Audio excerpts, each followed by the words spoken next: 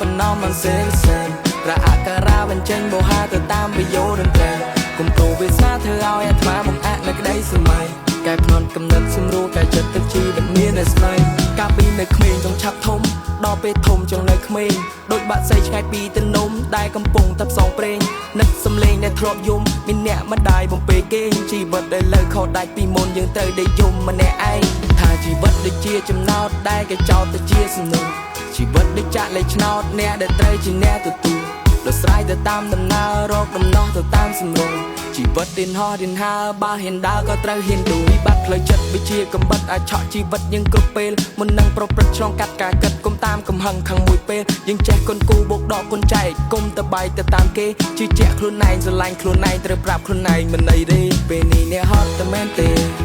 ហឺតែមែនទេគូតែរកពេលសម្រាប់គូបាបជួយបាបេះដូងនៅស្នាមធ្នេពេលនេះអ្នកហត់តែមែនទេ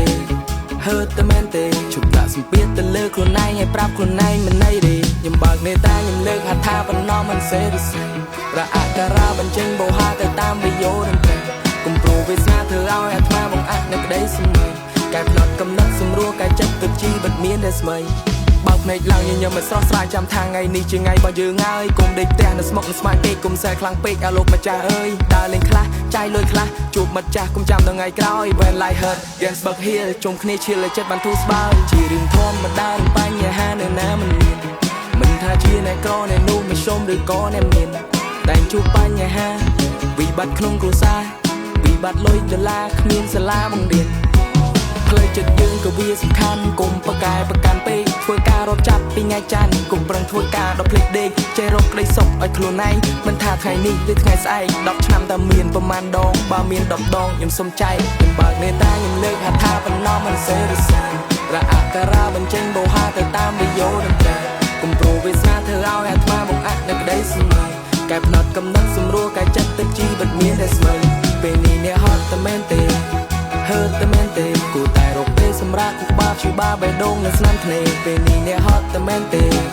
ហឺតែមែនទេជប់ដាក់សម្ពាធទៅលើខ្លួនឯងឲ្យប្រាប់ខ្លួនឯងមិនអីទេពេលនេះអ្នកហត់តែមែនទេ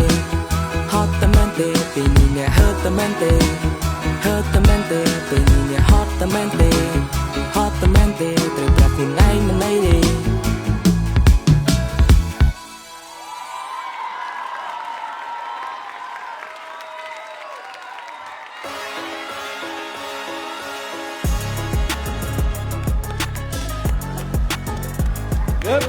Make some noise for time!